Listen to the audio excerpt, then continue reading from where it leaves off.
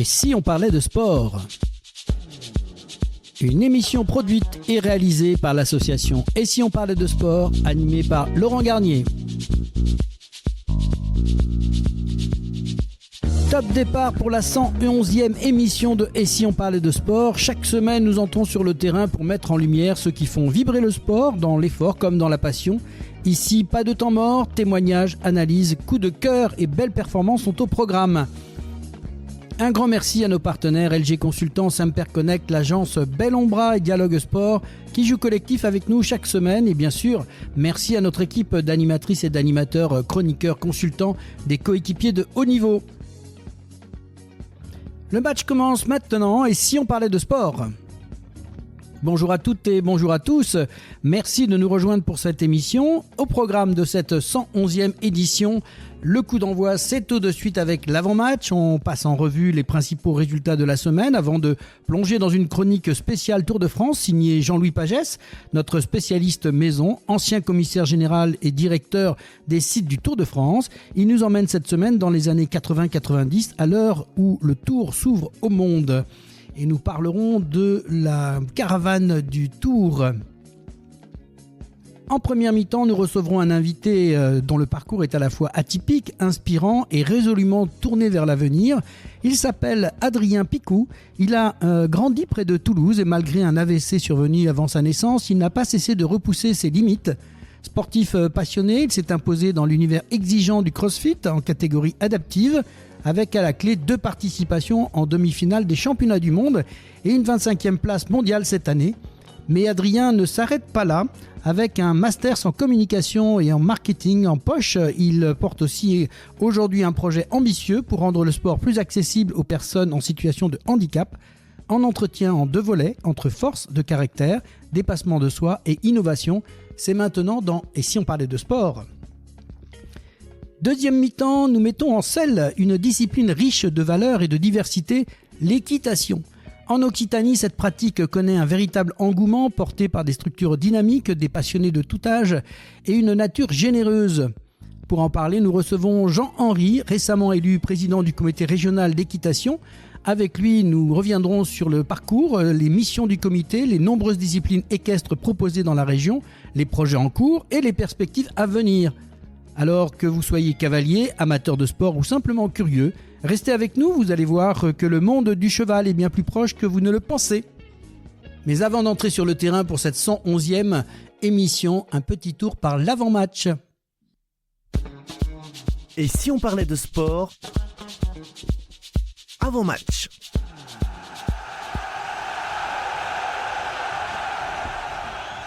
Et voilà, avec les principaux résultats sportifs de la semaine, on va commencer par de l'athlétisme. C'était la Ligue de Diamant qui est avec le meeting de Londres.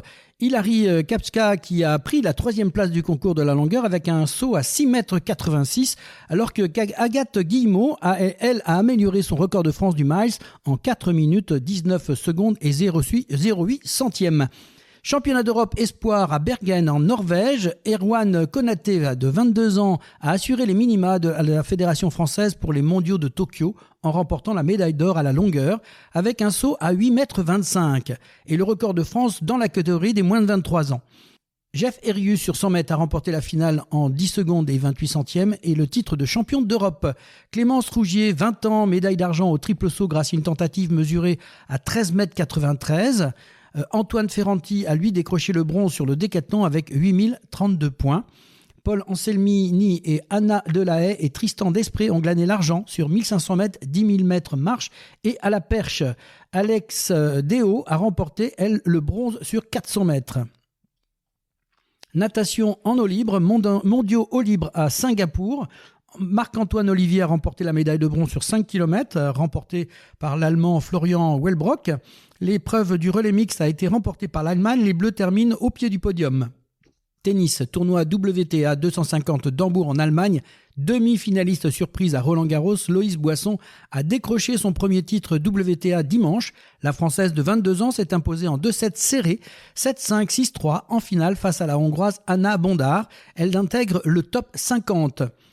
Tournoi ATP 250 de Gdańsk, Arthur Cazaux, qui disputait sa première demi-finale sur le circuit ATP, s'est incliné en 2 manches 6-1, 7-5 en demi-finale face au Kazakhstanais Alexandre Bublik samedi. Le Montpellierin va quand même retrouver le top 100. Tennis d'étape, championnat d'Europe moins de 19 ans en République tchèque. Comme en 2024, l'équipe de France féminine a décroché le titre par équipe de championne d'Europe après sa victoire en finale face à l'Ukraine 3-1. Badminton, Open du Japon, Super 750. Au terme d'une finale de haut niveau, Alex Lanier s'est incliné en finale du simple homme dimanche à Tokyo, 21-17 et 21-15. Tenant du titre, le jeune Français a cédé sa couronne au Chinois Shi Yuqi, le numéro 3 mondial. Golf, British Open à Portsmouth en Irlande du Nord. L'Américain Scotty Scheffler, numéro 1 mondial, a remporté pour la première fois le British Open dimanche en devançant Harris English. Le meilleur Français, Adrien Sadier, termine 51e par total. Antoine Rosner se classe 59e plus 2, juste devant Romain Langasque qui lui termine 60e plus 3. Roller course, championnat d'Europe à Gross-Gerau en Allemagne. La France règne sur l'Europe. Au total, les Bleus ont cumulé la bagatelle de 58 médailles, dont 26 en or. Une domination absolue qui fait de la France la nation numéro 1 au classement des médailles en cumulé, mais également uniquement en senior. Alison Bernardi a été la plus prolifique dans les catégories reines en s'offrant 3 médailles, dont 2 titres. Mais la palme revient à la jeune Maïwen Yolu, puisque cette dernière a écrasé la catégorie junior en remettant le grappin sur 4 médailles d'or. Mention spéciale également à Axel Le Tyran, qui quitte l'Allemagne avec 3 titres. Au total, 23 athlètes français ont mis la main sur au moins une médaille en individuel, un symbole supplémentaire représentatif de la folle semaine du roller de course française. Waterpolo féminin, Coupe du Monde à Singapour, totalement dépassé après la pause. Les Bleus se sont inclinés contre la Grèce en 8e de finale, 9 buts à 23. Elles joueront désormais les matchs de classement pour terminer au mieux 9e. Beach volley, championnat de France de Saint-Laurent-du-Var, se sont achevés dimanche avec 2 paires sacrées pour la première fois, Elsa Descamps et Roman Sobezaz et Arthur Canet et Tom Atwiz. Volley homme, Ligue des Nations, l'équipe de France a poussé la Pologne au tie-break, mais s'est inclinée dans le set décisif dimanche à Gdansk. Qualifiée pour le Final 8, elle termine 3e du tour préliminaire de la Ligue des Nations et affrontera la Slovénie en quart de finale. Volley homme, Ligue des Nations, l'équipe de France a poussé la Pologne au tie-break, mais s'est inclinée dans le set décisif dimanche à Gdansk. Qualifiée pour le Final 8, elle termine 3e du tour préliminaire de la Ligue des Nations et affrontera la Slovénie en quart de finale. Football féminin, Euro 2025, les Bleus ont subi leur 3e élimination consécutive en quart de finale d'une grande compétition après la Coupe du Monde 2023 et les JO 2024. Pourtant en supériorité numérique pendant la quasi-totalité de la rencontre, elles se sont finalement inclinées au bout de la séance des tirs au but samedi face à l'Allemagne, 1-1 et 5-6 au tir au but. Rugby à 13, Super League, 19e journée, les Dragons catalans n'en finissent pas. Ils ont encore une fois été dominés à domicile, 6-34 face à ULKR. Il y avait du Championships aussi avec l'équipe, le Toulouse Olympique 13, 18e journée, qui s'est imposée de justesse dans une rencontre disputée jusqu'à la dernière seconde face à First Thurston, 24-22. Rugby à 15, 3e test match, la France s'est inclinée pour la 3e fois d'affilée face à la Nouvelle-Zélande 29-19 samedi à Hamilton lors de l'ultime match de sa tournée d'été. Coupe du Monde moins de 20 ans, les Bleuets ont été battus par l'Argentine dans ce match pour la 3e place, 35-38, synonyme de 4e place dans la compétition. Équitation, championnat d'Europe de saut d'obstacle à la Corogne. L'équipe de France qui espérait un podium finit seulement 7e de l'épreuve remportée par la Belgique devant la Grande-Bretagne et l'Allemagne. En individuel sur United Touch S, Richard Vogel est devenu dimanche champion d'Europe. L'Allemand a devancé le Britannique Scott Brash et le Belge Gilles Thomas. Les Français Antoine Herman et Kevin Stowe se sont classés respectivement 16e et 18e. Voilà le Grand Prix de Portsmouth en Angleterre, 7e manche de la saison. Aile du bateau cassée en deux à l'échauffement, l'équipe française n'a pas pu participer samedi à la première journée du Grand Prix. Privés de points samedi, les Bleus n'avaient pas le droit à l'erreur dimanche et ils ont répondu présent. Une très belle journée de compétition marquée par une victoire éclatante dans le parcours 6 et une 2e place dans le dernier parcours. C'est l'équipe néo-zélandaise qui s'impose au final sur ce Sail Grand Prix de Portsmouth devant l'équipe locale Emirates Grande-Bretagne et l'équipe suisse. On passe à la moto avec le Grand Prix de Tchéquie, avec Marc Marquez sur Ducati qui a remporté encore le Grand Prix devant Marco Bezzecchi sur Aprilia et Pedro Acosta sur KTM. Le Français Fabio Quartararo sur Yamaha n'a pas pu concrétiser sa belle qualification et termine 6e. En voiture automobile avec le rallye d'Estonie, Olivier Solberg a remporté dimanche le rallye à la surprise générale. Le jeune Suédois, 23 ans pourtant en pige, s'est imposé avec la manière devant les favoris dont Oté Tanak et Thierry Neuville qui complètent le podium. Le Français Adrien Fourmeau termine 5e. Cyclisme avec le Tour de France, 12e étape, c'est bien Tadej Pogačar qui a repris le maillot jaune jeudi en remportant l'étape avec 2 minutes 10 d'avance sur Jonas Vingegaard. Le Slovène a attaqué à 12 km d'Otakam, première arrivée en haute montagne de ce Tour de France. Il a continué, ce fameux Slovène, de s'imposer pour la 4e fois sur ce Tour de France en remportant le contre-la-montre le lendemain en côte de la 13e étape vendredi à Péragude. Le maillot jaune porte son avance à 4 minutes 07 sur Jonas Vingegaard au général. Thymen Arensman a remporté, lui, la 14e étape en solitaire samedi à Luchon-Super-Bagnères.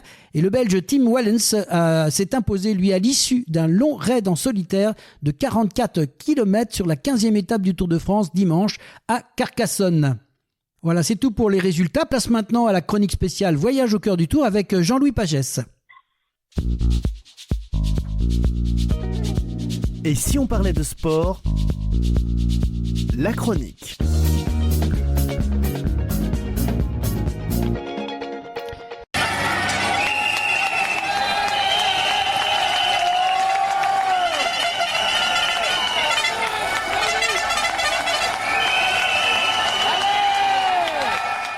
Et oui, aujourd'hui, dans cette nouvelle chronique Voyage au cœur du Tour, on lève le rideau sur un espace devenu incontournable, mais dont l'origine reste peu connue du grand public. Le village du Tour, un lieu de rencontre, d'accueil, de représentation à mi-chemin entre les coulisses et le salon VIP. Ce village départ, tel qu'on le connaît aujourd'hui, est né en 1988 à l'initiative de Jean-François Naquet-Radiguet, qui a lui aussi profondément structuré le partenariat économique du Tour. Pour nous raconter cette naissance et son évolution, Jean-Louis Pagès, témoin direct de cette transformation et homme clé de l'organisation pendant plus de 30 ans, nous raconte. Bonjour Jean-Louis. Bonjour Laurent. Alors, avant 1988, il n'y avait pas véritablement de lieu de rencontre. À quoi ressemblait l'accueil des invités, des sponsors et des partenaires à l'époque ? Alors, il n'y avait pas véritablement de lieu. Alors, il y a les opérations. Quand on parle du village, c'est le village qui est installé normalement au départ des étapes. Alors aujourd'hui, dans les années 80, il n'y avait pas. Il y avait un partenaire qui s'appelait Banania avec son représentant qui était Robert Paparambord, un ancien joueur de rugby, donc très connu, pilier de l'équipe de France, enfin vainqueur, Grand Chelem, etc. Un monsieur absolument charmant, qui était donc présent sur le tour avec la maison Banania. Et la maison Banania, en fait, servait le matin du Banania, par définition. Donc il y avait 2 guéridons aux couleurs de Banania, donc jaune, sponsor maillot jaune, donc jaune, ça allait bien avec Banania. Et donc il distribuait des tasses de Banania le matin. Et puis est arrivé dans les années 80, 85, le Café de Colombie. Donc le Café de Colombie, eux avaient une petite camionnette et ils distribuaient du café. Et évidemment, c'était lié à la présence évidemment de coureurs colombiens sur le Tour. Donc tout ça était très, très ponctuel. C'était des initiatives qui faisaient que évidemment ça existait, mais c'était pas très bien structuré. Et d'ailleurs, sur les opérations de départ à l'époque, il y avait un podium signature qui était un tout petit podium. C'était la maison Peugeot à l'époque qui était le podium signature du Tour. Après, c'est devenu Fiat et aujourd'hui, c'est un grand Barnum. Mais à l'époque, c'était un petit camion Peugeot. Il y avait un stand de ravitaillement pour les coureurs avec des fruits et des fruits frais récupérés le matin sur les marchés et également donc des glaçons pour les rafraîchir les bidons des coureurs. Enfin, c'était un truc de dingue. Et en l'occurrence là, donc cette année-là, Monsieur Naquet-Radiguet, donc Jean-François, donc en 80, c'est à la fin des années 80, donc en 88 ouais, alors. On est en 88, Jean-François Naquet-Radiguet donc succède prend la tête du Tour de France après le départ de Monsieur Lévitan. Monsieur Godet est toujours présent, bien évidemment. Et donc ce Jean-François Naquet-Radiguet, qui était un monsieur très tonique, qui venait du milieu donc de l'industrie, de l'entreprise, avait des idées très très innovantes. Et au cours d'une commission donc de préparation du Tour, il dit écoutez les gars, il faut inventer un truc, il faut un village du Tour. le village du Tour au départ. Donc il faut pouvoir accueillir éventuellement les coureurs, et ça serait très bien, mais aussi évidemment les sponsors.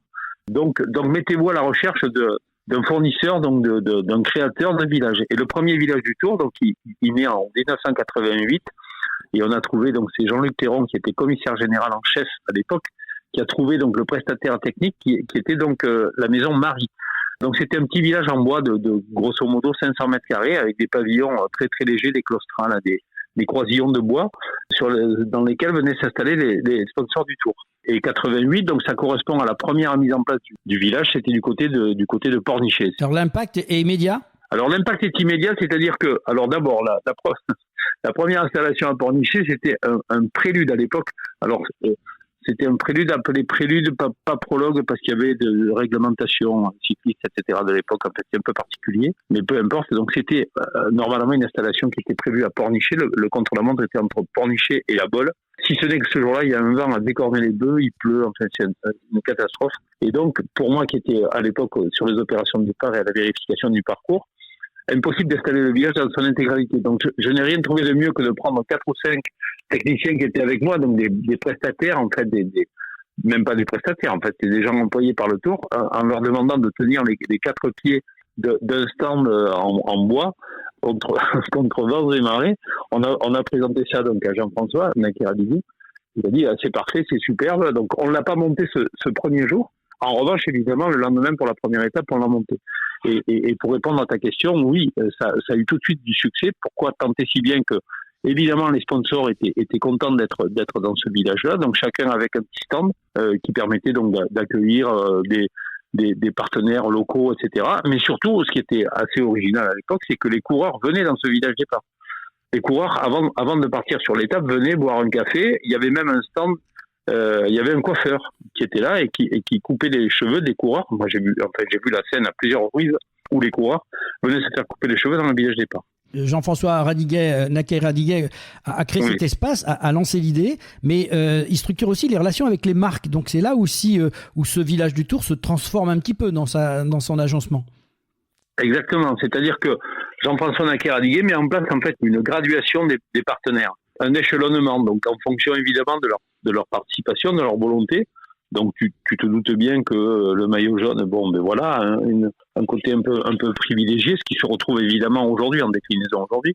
Mais à l'époque, il met en place tout ça, ce qui fait que la création du village fait qu'on positionne les partenaires en fonction de leur importance entre guillemets, et c'est la raison pour laquelle on a nommé à l'époque, je ne sais pas si ça existe toujours, je ne crois pas, c'est plutôt un coordinateur aujourd'hui, mais on avait créé le poste de maire du village. Donc le maire du village était en charge, alors sur la base de plans que j'effectuais, que je dessinais en amont bien sûr, sur les emplacements. Cette personne-là, donc elle était beaucoup plus au fait de l'importance des partenaires et les répartissait dans cet espace qui avait été prédéfini. Donc tout ça, ce sont les prémices de ce qui se passe aujourd'hui, à une échelle évidemment moindre, mais qui petit à petit prend du volume et de l'importance. Ce village, il a cessé d'évoluer depuis 1988, mais la surface du village reste un petit peu un enjeu. Absolument, et la surface, c'est-à-dire qu'au début, le village est un tout petit village, grosso modo 500 mètres carrés, alors qu'aujourd'hui, il est facilement à 2-3 000, voire 4 000 mètres carrés, pour accueillir tous les partenaires du Tour. Donc la structure a également changé, c'est-à-dire qu'au début, c'était donc ce village en bois. C'est un peu l'histoire le conte des 3 petits cochons. La première maison elle est en paille, la deuxième elle est en bois, et la troisième elle est en pierre, en briques. Mais là, c'est pareil. Aujourd'hui, le village, en fait, ce sont des containers en fer qui éventuellement peuvent être montés les uns sur les autres. Donc c'est des structures beaucoup plus lourdes, difficiles à déplacer bien évidemment, mais en tout cas mobiles, c'est le but, parce que le Tour est itinérant. Et donc il faut trouver un espace suffisamment grand pour pouvoir accueillir ce lieu d'accueil. Les villes départ évidemment souhaiteraient plutôt que ça ait lieu dans les centres-villes, parce que les centres-villes sont en général plus animés. J'habite moi pas très loin de Montpellier et de Nîmes. Bon, c'est vrai qu'on imagine bien un village sur l'esplanade du Quorum à Montpellier ou sur la place des Arènes à Nîmes, et je me souviens moi avoir installé un départ devant les Arènes de Nîmes. Donc tout ça aujourd'hui est important, parce que les surfaces et la surface du village conditionne son installation. On comprend finalement que ce village du Tour, pour bien préciser, c'est bien plus qu'un espace VIP, c'est plus largement, mais ce n'est pas forcément accessible à tout le monde ni au grand public. Exactement. Donc petit à petit, alors il y a au fil des ans donc les accréditations. Le principe en fait de base pour toute manifestation, c'est d'avoir des accréditations qui pendent autour du cou avec des badges, etc. Donc différentes couleurs, différents pictogrammes, etc. Et en l'occurrence, l'accès au village est conditionné par le fait d'apposer sur le badge un village. Tout le monde n'a pas accès au village départ. Alors, c'était le cas au début. On n'a pas, entre guillemets, au début, trié véritablement les gens qui avaient accès au village ou pas, mais compte tenu de son succès et compte tenu du fait que, évidemment, à l'intérieur de ce village, petit à petit, sont venus se greffer des stands de restauration, des stands de distribution, de cadeaux, etc. Donc, au fil des ans, les accréditations se sont transformées, comme dans toute manifestation, et en l'occurrence, donc, tous les accrédités du Tour n'ont pas accès au village. La presse, évidemment, y a accès. Les sponsors, certains sponsors, mais d'autres invités, par exemple, n'ont pas la possibilité d'y rentrer. Ils restent à l'extérieur dans un périmètre, certes, qui est barriéré, qui fait partie donc de l'organisation du Tour, mais on n'a pas nécessairement accès systématiquement au cœur du village. Et pas forcément non plus les coureurs qui aujourd'hui sont beaucoup plus concentrés sur la course. Exactement. Tu as parfaitement raison. C'est-à-dire que à l'époque, donc les coureurs venaient dans le village, ce que j'ai expliqué précédemment. Aujourd'hui, le principe est que les coureurs arrivent évidemment dans des bus, ce qui n'existait pas à l'époque. À l'époque, il y avait des voitures d'équipe, il n'y avait pas ou très peu, voire pas du tout de bus. Aujourd'hui, les bus sont aménagés, les bus sont équipés d'air conditionné, ce sont des vestiaires, ce sont des lieux de préparation. Donc les coureurs restent quasiment jusqu'au dernier moment dans les bus, vont évidemment satisfaire aux opérations de signature de la c'est l'ancien prof qui parle, hein, de la feuille d'émargement. Ils sont bien présents au départ de l'étape et ensuite évidemment ils vont directement sur la ligne de départ, ils s'en vont. Rares sont les coureurs. Moi je suis allé, enfin en tout cas quand j'ai quitté en 2018, j'ai eu l'occasion donc de vadrouiller à droite à gauche aussi bien sur les départs que sur les arrivées.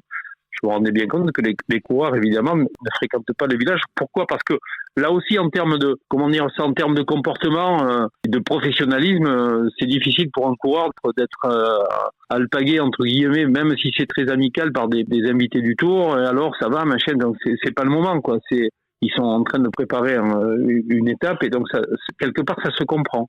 Donc petit à petit, au fil des ans, évidemment, ce village s'est transformé, c'est devenu une sorte de, comment dire ça, c'est un côté péjoratif, mais c'est une foire expo finalement, hein, donc où on retrouve donc des partenaires évidemment du Tour, on retrouve des gens qui y sont invités, qui profitent évidemment alors il y a une ouverture officielle du village, on fait des animations dans le village, on y présente des prestidigitateurs, on y présente des tours de magie, on y présente un véhicule de course, un véhicule rouge qui est dans la cour. Il y a des animations et qui sont tout à fait légitimes et normales et qui permettent d'alimenter la vie de ce village, mais la partie course évidemment n'y est plus. Merci beaucoup Jean-Louis pour ce précieux éclairage sur une dimension souvent méconnue du public mais essentielle au succès du Tour. Ce village du Tour donc il existe, il est effectivement un peu réservé aujourd'hui, mais il a son importance. On va se retrouver la semaine prochaine Jean-Louis pour une nouvelle escale dans les coulisses de la Grande Boucle avec un regard particulier sur les vieux grognards du Tour et tu vas nous raconter tout ça. Avec plaisir. Et maintenant, place à la première mi-temps de cette émission Et si on parlait de sport avec Adrien Picou. Et si on parlait de sport, première mi-temps.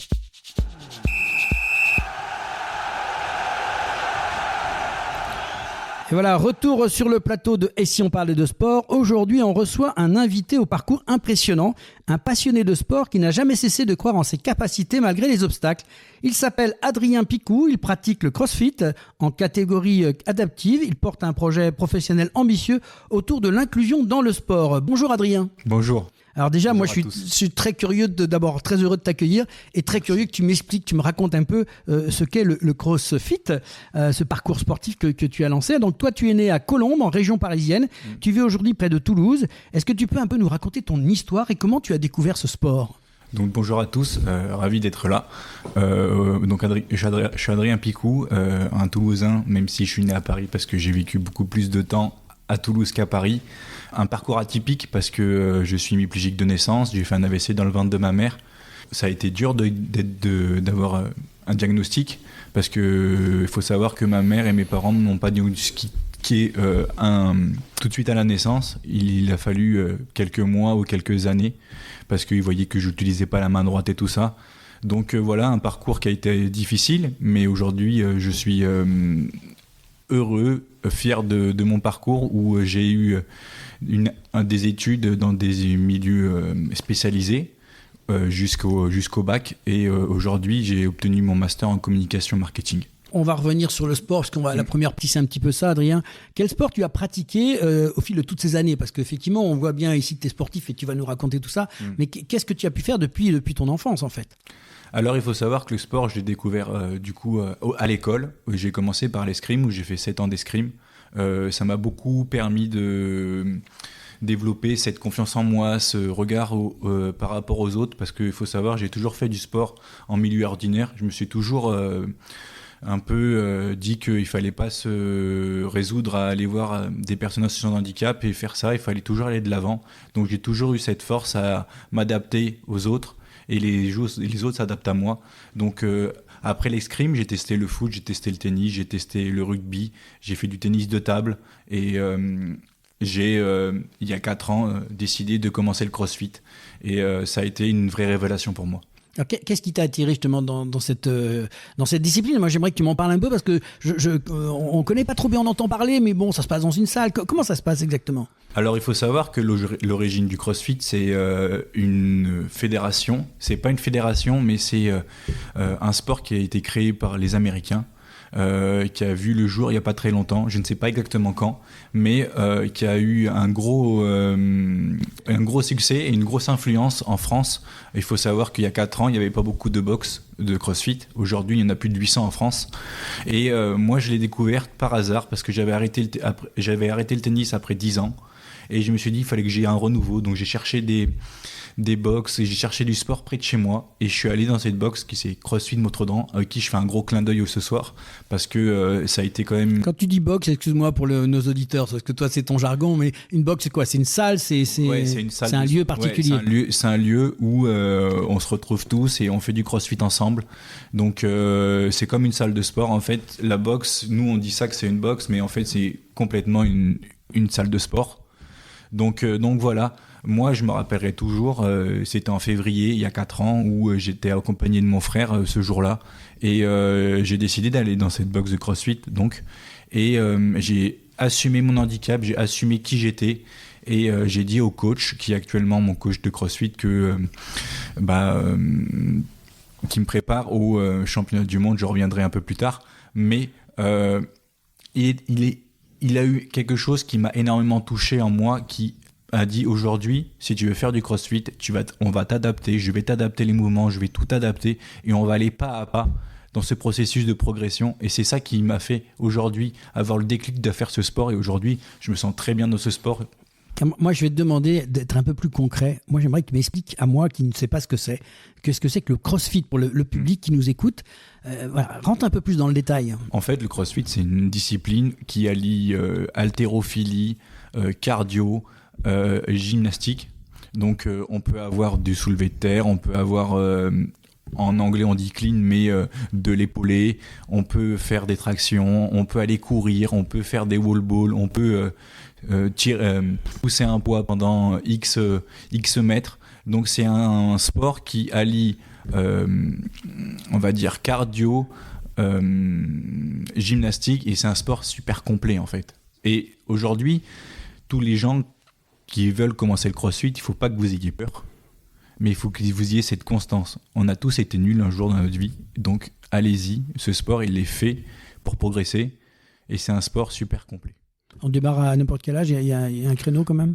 Il ne faut pas abuser non plus, c'est-à-dire que nous, le plus jeune dans la boxe, il a 16 ans, mais il faut bien être accompagné, il faut faire les choses bien. Donc je vais dire entre 14-15 ans après, voilà, tout est adaptable. Donc du coup, nous, je sais que dans ma salle de sport, donc dans ma box de CrossFit, il y a des créneaux pour les enfants et familles et ils font en fonction des âges des enfants. Mais je trouve ça super parce que du coup, ce sport est accessible vraiment à tous. Tu nous disais, tu as démarré il y a 4 ans, 4-5 ans, c'est ça? Et cette année, tu as terminé 25e mondial, c'est ça? Ouais, c'est ça. Je vais préciser, l'année dernière, j'ai été dans les demi-finales de CrossFit Games, donc je suis allé encore un cran plus haut pour refaire un peu retour sur ma saison. Ça a été une année compliquée pour moi. 25e, c'est bien, mais je suis un sportif, je suis un athlète.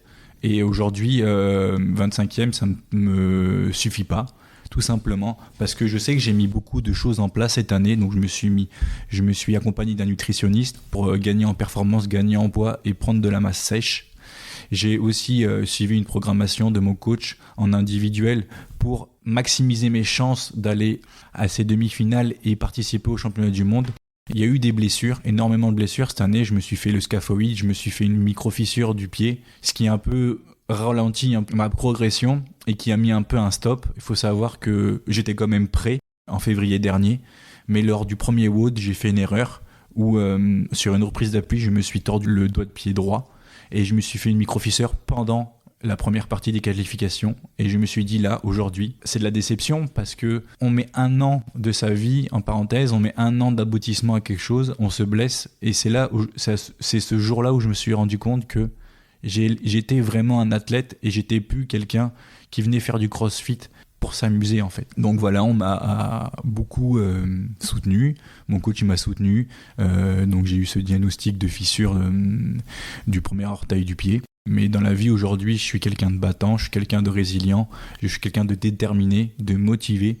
Et aujourd'hui, mon simple objectif, c'est d'aller au championnat du monde de CrossFit et je ferai tout pour y arriver et je mettrai tout en place pour arriver à faire cet objectif-là qui est vraiment pour moi un objectif ultime. Dans Adrien, il y a 2 parties. Il y a la partie projet sportif qu'on vient de voir et on sent que cette passion elle est là. Il faut savoir qu'effectivement, ce que tu vis toi, beaucoup d'athlètes le vivent. Ne serait-ce que on a reçu il n'y a pas si longtemps que ça un certain nombre d'athlètes qui ont fait les Jeux Olympiques. Certains qui n'ont pas pu y arriver parce qu'il leur a manqué le petit quelque chose au dernier moment à l'entraînement. Ça dépeint bien ce que tu as dit tout à l'heure. On peut se blesser au dernier moment et voir que tout s'écroule. Sauf que ce qui est beau dans ce que tu viens de dire, c'est que tu te relèves et tu repars au combat.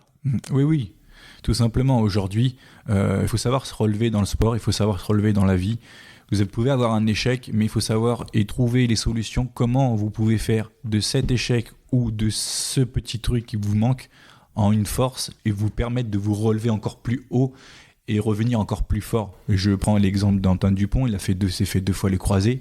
Et bien, je suis sûr et certain qu'il prendra le temps qu'il faut, mais il reviendra, il sera encore plus fort qu'avant. Bel exemple, surtout ici en Occitanie, tu sais que c'est quelqu'un qui compte pour beaucoup et on le salue.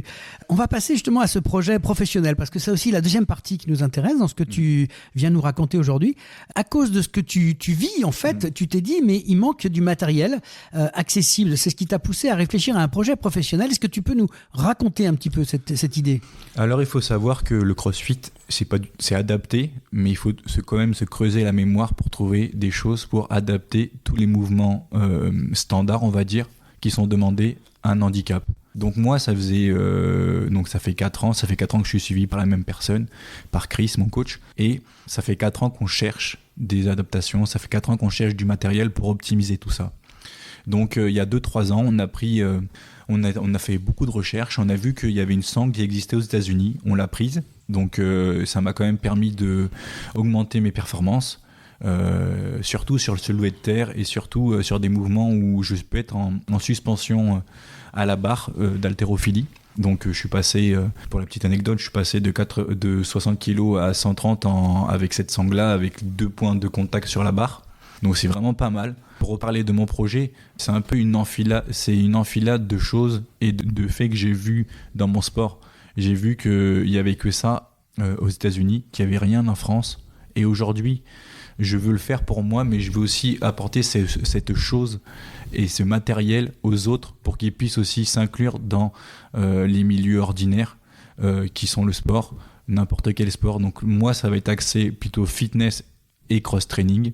Mais bien sûr, je suis un entrepreneur et j'aimerais pouvoir au long terme développer beaucoup plus de matériel et toucher beaucoup plus de secteurs d'activité. Alors justement, comment tu comptes t'y prendre? Pour bien résumer, l'objectif pour toi, c'est de créer des outils, créer des différents matériels pour pouvoir permettre de masquer un peu le handicap, on va le dire comme ça, c'est-à-dire que permettre d'aider le handicap pour faire les mêmes gestes que tout le monde. Oui, c'est surtout améliorer sa pratique et améliorer ses performances, tout simplement. Moi, je vais créer et concevoir du matériel adapté et qui sera adapté pour tous. C'est-à-dire que ça sera le même matériel pour tout le monde et il pourra l'adapter avec n'importe quelle pathologie. Et aussi, donc, il y aura les handicaps moteurs, il y aura les handicaps aussi fauteuil. Et mon but, c'est aussi de faire du sur-mesure un peu plus tard. C'est ambitieux en tout cas. Donc c'est un projet qui est aussi dans le prolongement de tes études, puisque on le rappelle, tu as obtenu un master de communication et marketing l'an dernier. Donc en partant de cette formation maintenant que tu as, l'objectif c'est de lancer officiellement, donc à horizon janvier 2026, une vraie structure. Oui, c'est ça. Oui, j'ai obtenu mon master, mais aujourd'hui, je savais que le monde un peu de l'emploi, de la communication et tout ça, c'était bouché. Et j'aime pas rester à rien faire. Franchement, rester chez moi toute la journée, ça m'intéresse pas. Donc, j'ai essayé de faire les choses que j'aimais. Donc, j'ai créé aussi une chaîne YouTube qui s'appelle T-Rex de Gym, où je défends et je montre aux personnes et à ma communauté qu'on est capable de faire des choses beaucoup inspirantes et qu'on ne lâche jamais rien.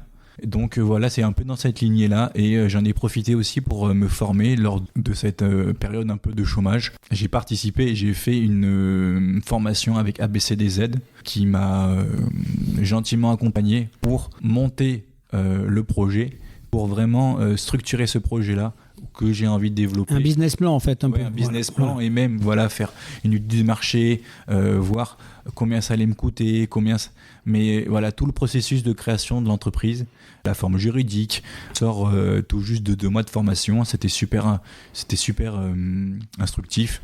J'en ai appris beaucoup et je les remercie aussi de m'avoir accompagné là, sur ce projet-là.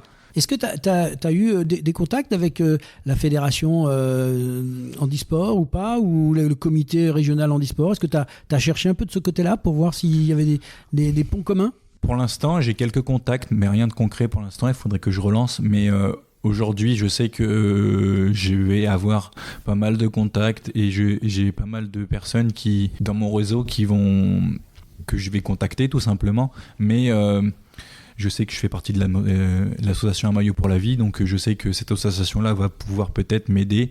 Et ils sont dans le sport et ils sont aussi dans le handicap, donc c'est parfait. Prochaine étape, maintenant, là, professionnellement, tu me dis lancement éventuellement en janvier, mais c'est quoi la prochaine étape à court terme? Prochaine à court terme, ça serait de trouver du boulot en CDD ou en CDI. Franchement, j'ai envie de travailler, j'ai cette force. Comme je le dis, j'ai fait des études de communication.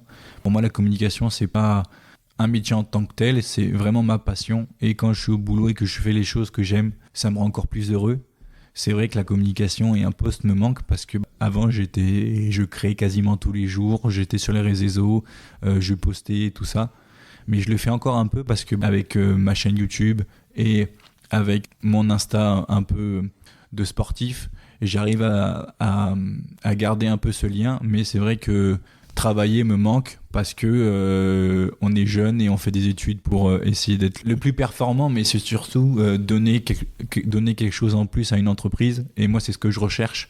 Donc c'est ça mon objectif à court terme, et puis c'est aussi continuer à développer le projet pour que je puisse avoir les prototypes le plus rapidement possible et que je puisse avoir toutes ces choses-là qui font que le projet va être mené à bien. Donc voilà un peu mes objectifs pour la fin de l'année et pour le début de l'année prochaine.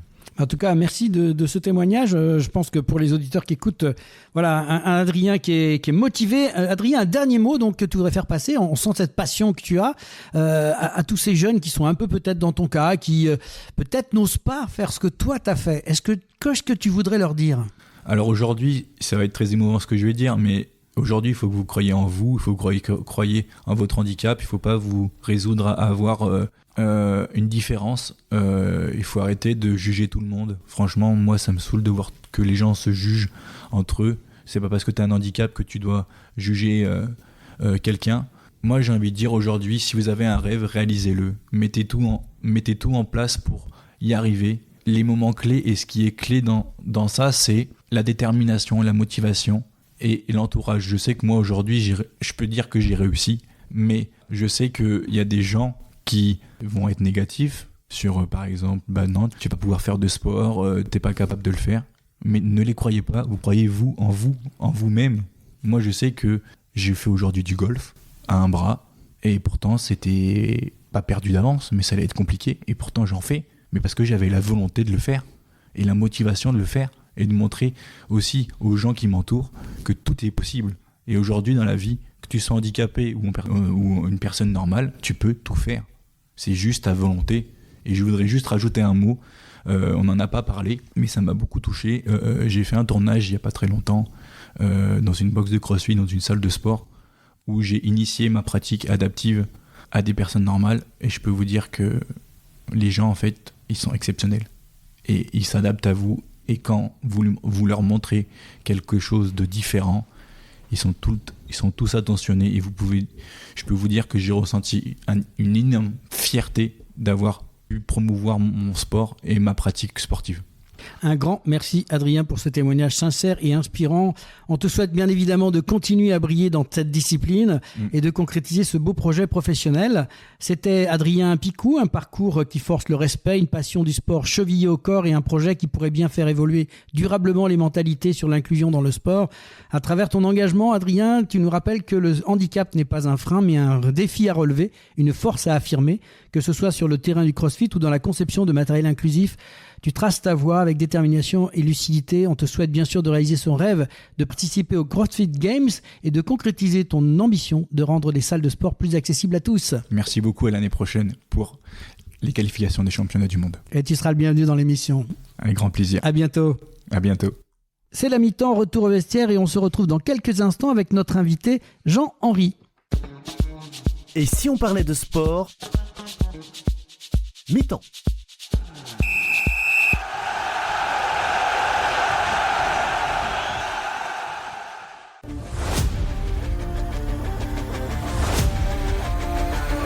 Le sport, c'est bien plus qu'un jeu. C'est une passion qui se vit sur le terrain et dans les tribunes. Encourager son équipe, vibrer ensemble, c'est ça l'esprit du sport. Mais insulter l'adversaire, contester un arbitre, faire preuve de violence, non, ça ce n'est pas du sport. Que ce soit sur le terrain ou en tribune, le respect est la règle d'or. Le vrai champion, c'est celui qui respecte ses coéquipiers, ses adversaires, les arbitres et son sport. Respectez mon sport, parce qu'avec du respect, le sport est plus fort.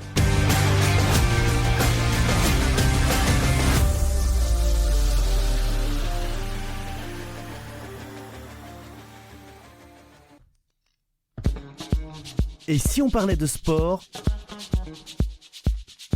deuxième mi-temps.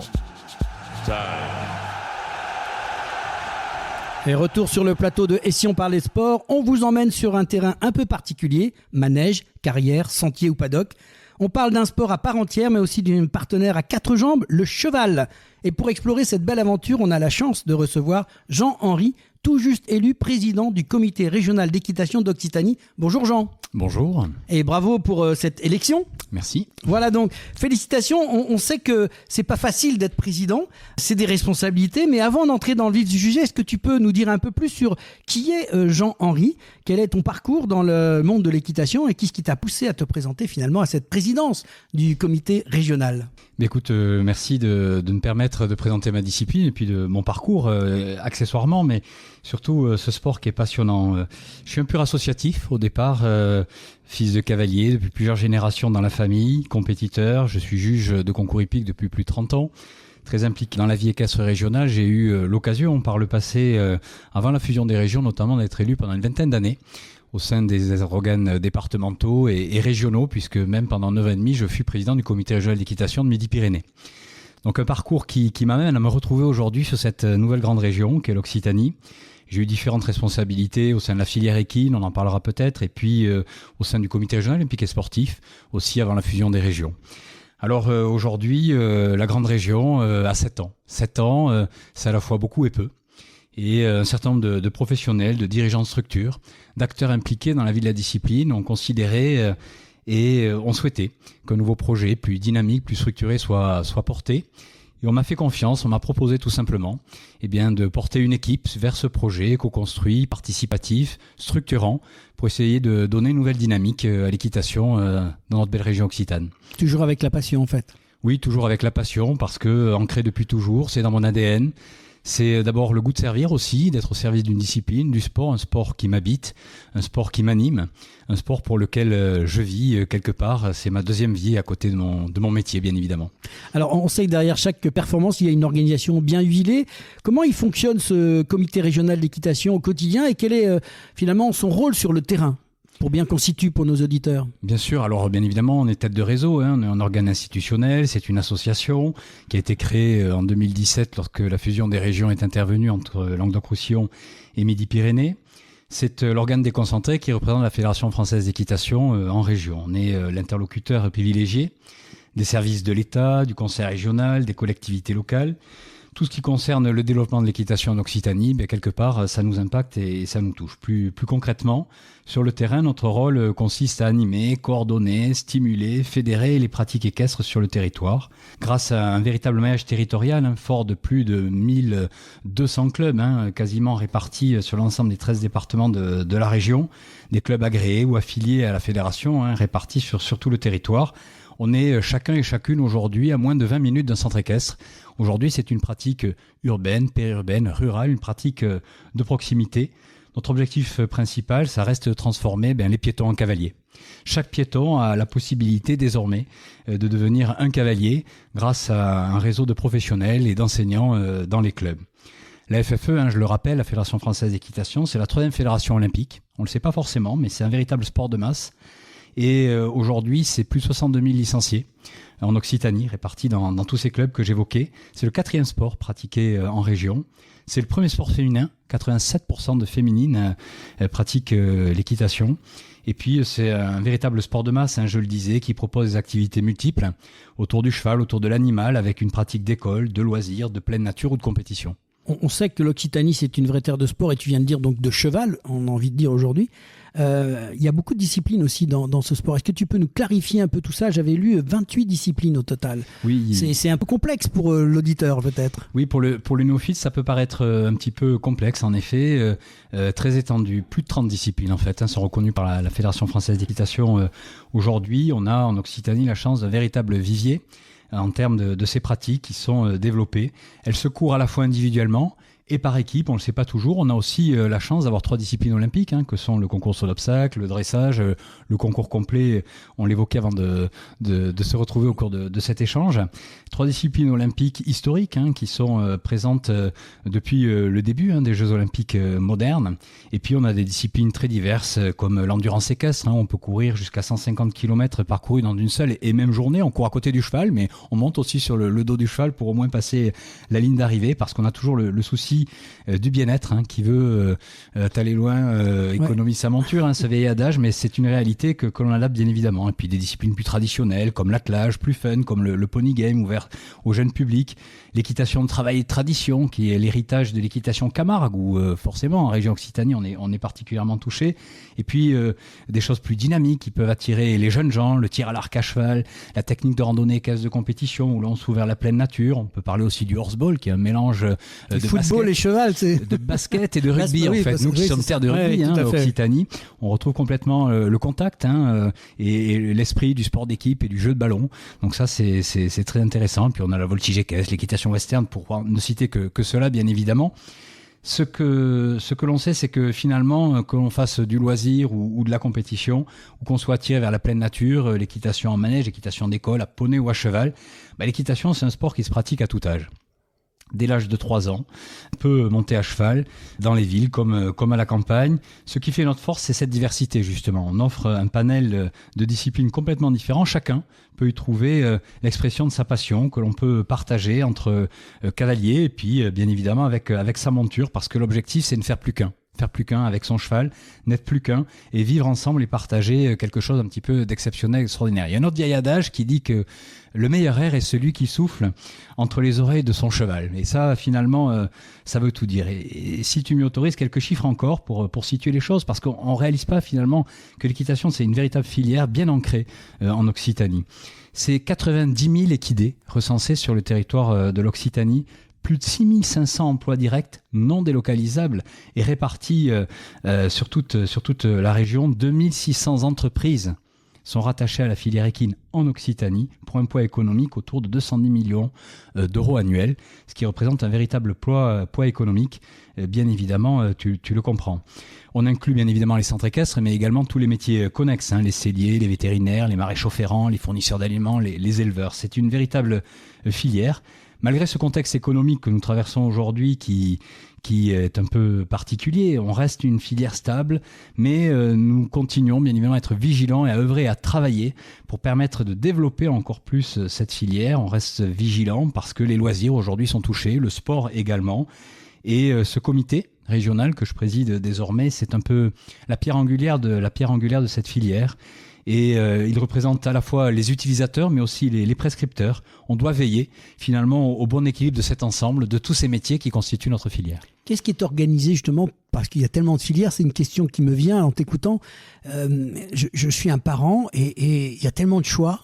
Comment on fait pour comprendre, pour choisir finalement quelle est la discipline, qu'est-ce que vous organisez par rapport à ça ?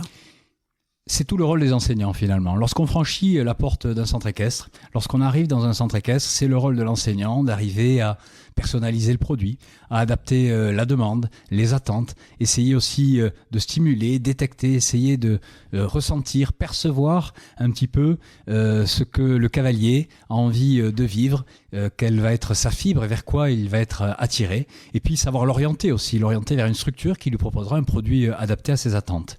Donc tout se fait au moment de la prise de contact, de l'inscription. On a des professionnels qui sont aguerris et qui sont tout à fait en capacité de pouvoir adapter le produit à la demande avec une cavalerie adaptée et orienter ces cavaliers et ces cavaliers vers la compétition, le loisir, l'école et autres pratiques de pleine nature. C'est ça qui est assez intéressant dans ce que tu as dit, c'est qu'il y a en fait dans un sport, il y en a plein d'autres. Parce que tu parles du tir à l'arc, on va recevoir la semaine prochaine les archers qui font un espèce de biathlon, le run archery ça s'appelle. Je pensais à ça quand tu parlais de ça, et on fait la même chose à cheval. C'est quand même, donc il y a deux sports en un, comme tu parlais aussi de ce sport un peu où ils font de la gymnastique avec un cheval. Enfin, c'est assez extraordinaire de voir la richesse de ce que vous pouvez proposer. Oui, c'est tout l'intérêt finalement de cette diversité qui c'est toute notre richesse. Et puis oui, le tir à l'arc, tu l'évoques, mais il faut savoir qu'en Occitanie, on a l'un des meilleurs tireurs à l'arc en France et d'Europe, qui est d'ailleurs membre des équipes de France et qui défend les couleurs de la région à l'étranger et qui performe. On sera content de le recevoir à l'occasion. C'est un tarné. Le message est passé, on pourrait éventuellement le rencontrer. Alors, tu me fais le pont, il est passé on va parler un peu de compétition, parce que l'Occitanie, est-ce qu'elle forme des champions et comment on accompagne ces jeunes talents ? On a vu récemment, il y a eu des championnats régionaux, il y a eu le championnat d'Europe des jeunes récemment. Comment ça se passe ? Comment vous travaillez ça ? Alors, détecter, on le disait, arriver, c'est tout le rôle des enseignants et tout le staff pédagogique au sein des clubs. On a la chance d'être une véritable terre de grands cavaliers. Historiquement, en Occitanie, on a une terre de champions, une terre de production de médailles olympiques, on a une terre de production de médailles mondiales et de résultats internationaux dans différentes disciplines et un grand nombre de disciplines. On a un fort potentiel qui se développe plus encore aujourd'hui. Nous avons une véritable culture de la compétition dans toutes les disciplines que l'on peut pratiquer. Le comité, il s'organise de la façon suivante. Il a la charge d'organiser les calendriers de compétition. Il faut savoir qu'il y a plus de 550 compétitions par an qui sont organisées sur les terres occitanes en matière d'équitation. Ça représente plus de 130 000 engagements, il faut le savoir, et 20 000 cavaliers qui participent à ces compétitions sur le territoire de notre grande région. On attribue les finales, les championnats régionaux, clubs, poneys, amateurs et professionnels. On soutient les concours de haut niveau, bien évidemment. On accompagne la détection en ciblant les jeunes à fort potentiel, on l'évoquait. On investit également dans le matériel, on forme les officiels de compétition, c'est le corps arbitral. On travaille bien évidemment en étroite collaboration avec tous les organisateurs de compétitions et d'événements. L'idée, c'est de créer un véritable environnement propice à la progression. Un premier galop fédéral jusqu'au podium nationaux et internationaux. Voilà, c'est donner l'opportunité à chacun de pouvoir se révéler, se faire plaisir et devenir peut-être un champion demain. Aujourd'hui, on doit être en capacité de proposer des circuits labellisés, alliant à la fois la qualité et l'excellence sportive, tout en proposant des évolutions pédagogiques adaptées aux besoins identifiés en région. Tu as quelques jeunes un petit peu là qui sont dans le tunnel pour pour passer le cap parmi les élites, on va dire. Oui, on a plusieurs Occitans dans différentes disciplines qui ont passé ce cap, qui sont aujourd'hui ce qu'on appelle dans la tranche d'âge cadet, jeune cave, moins de 21 ans, que l'on accompagne au travers de stages, de détection, mais également en proposant des circuits labellisés qui leur permettent aussi de s'entraîner et d'être détectés par les instances fédérales pour pouvoir intégrer les équipes de France, et c'est le cas. Puis une quinzaine de jours où on est en pleine période de championnat. Oui, justement, on a suivi les championnats régionaux, championnats de France, championnats d'Europe. Il y a plein de choses en ce moment, là, on a du mal à suivre. Eh bien, écoute, je vais t'avouer que nous aussi, on court un petit peu derrière parce qu'aujourd'hui, on se retrouve une quinzaine de cavaliers qui intègrent les équipes de France dans plein de disciplines différentes et qui sont des performeurs et qui vont amener les équipes de France à arriver au plus haut niveau. Ce sont les futures pépites, ce sont nos pépites, ce sont plus de futures pépites parce qu'on les a détectées, mais ce sont nos pépites occitanes qui vont porter les couleurs de la France désormais sur les grandes échéances et les grands terrains. C'est un vrai défi. Est-ce qu'elles quittent la région automatiquement ou est-ce qu'on arrive à les garder? C'est une bonne question. C'est souvent ce qui se passe, on s'expatrie pour aller vers d'autres cieux. Comment ça se passe? Alors, on essaie de les garder dans la mesure du possible, bien évidemment, sur les terres d'Occitanie. C'est pas toujours facile parce que forcément, il y a des pôles d'entraînement, des grands centres d'entraînement, et c'est important aussi de se rapprocher de ces pôles d'entraînement, de ces pôles sportifs pour pouvoir être encore plus performant, vraiment dans la mouvance et se stimuler encore plus sur la compétition et se confronter finalement et être mieux détecté.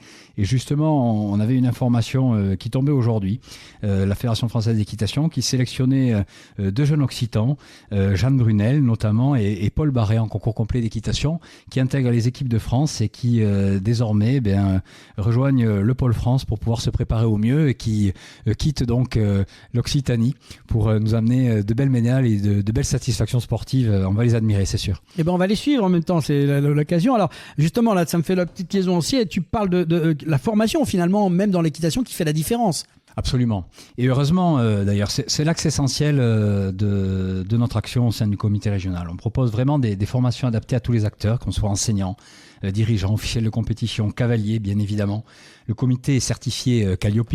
C'est important que j'insiste là-dessus sur la formation, d'abord pour rassurer aussi les parents, parce que souvent, quand on parle d'équitation, on se dit toujours il y a un animal, il y a toujours une espèce d'appréhension, et donc parler que c'est bien encadré, c'est bien formé, c'est important de le préciser. Bien évidemment, c'est vraiment un angle essentiel de notre action et de notre activité au sein du comité régional, parce que je le disais, nous sommes certifiés Calliope, et par l'intermédiaire de notre organisme de formation, nous sommes en capacité d'organiser des journées de professionnalisation en formation continue, comme des brevets fédéraux d'entraîneurs sous l'égide de la Fédération française d'équitation qui sont destinés aux enseignants. Plus spécifiquement, on propose toute une gamme de diplômes fédéraux, d'animateurs d'équitation, d'accompagnateurs de tourisme équestre, avec des organismes et des organes de formation en région. On en a plus d'une vingtaine qui nous permettent de relayer ces diplômes pour la formation initiale. On parlait de formation continue, mais la formation initiale pour celles et ceux qui veulent aussi rentrer et pourquoi pas faire carrière dans nos métiers de l'équitation. Cette année auront lieu notamment le 3 et 4 novembre prochain les premières fédératives occitanes.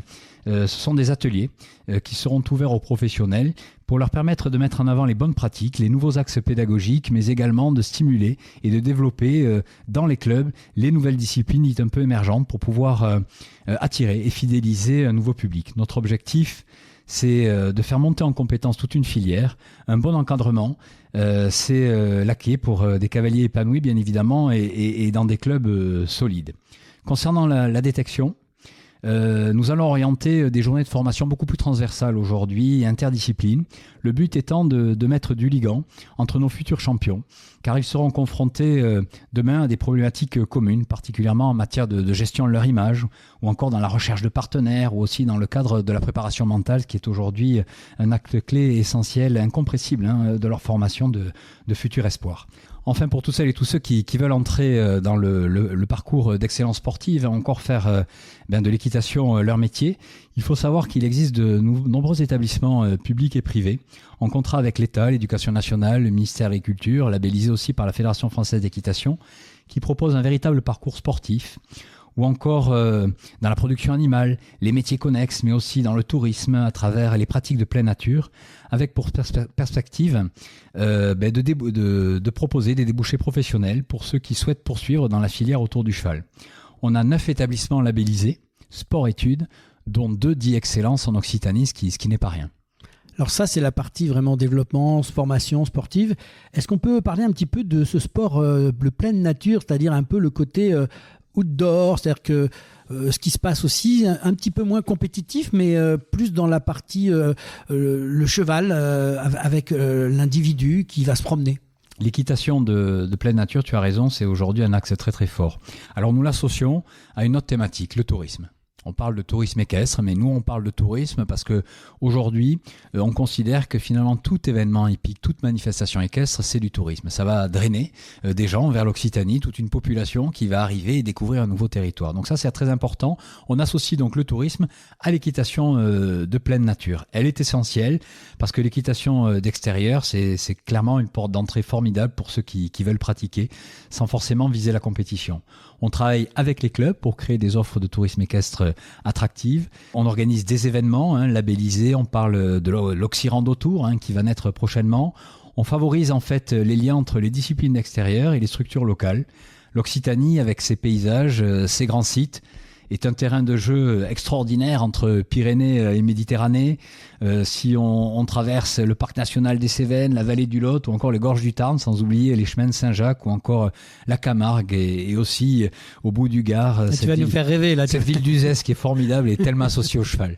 On va enchaîner parce que j'ai une question aussi qui me paraît importante. Tu as des projets très humains aussi sur le volet inclusion et action sociale autour du cheval parce que c'est aussi une question clé aujourd'hui. Oui, c'est une question clé, c'est un véritable axe fort aussi que nous continuons à développer. Si le cheval c'est trop génial, on le sait, c'est surtout un animal qui est un partenaire qui aide à grandir, à se reconstruire parfois. C'est un véritable vecteur de lien social.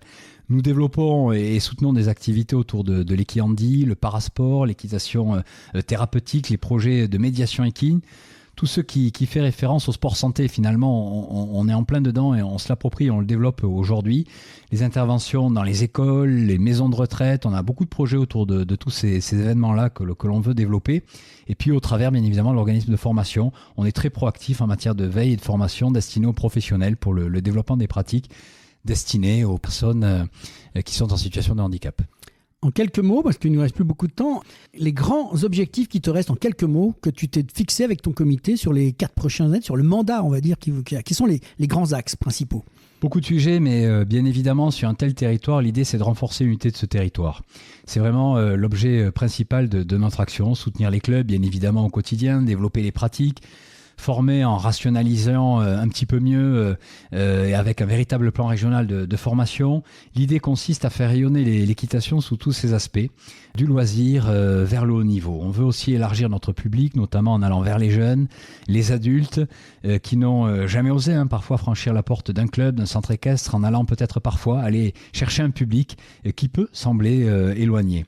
Bien sûr, continuer à faire du cheval un acteur à part entière du développement durable, de la vie locale. C'est un lien social, on le disait. Mon leitmotiv, c'est rassembler, fédérer, faire preuve d'ouverture, viser l'excellence, rester accessible, développer, tout simplement se donner les moyens de notre ambition et surtout donner du plaisir en contribuant à la concrétisation des aspirations de chacun.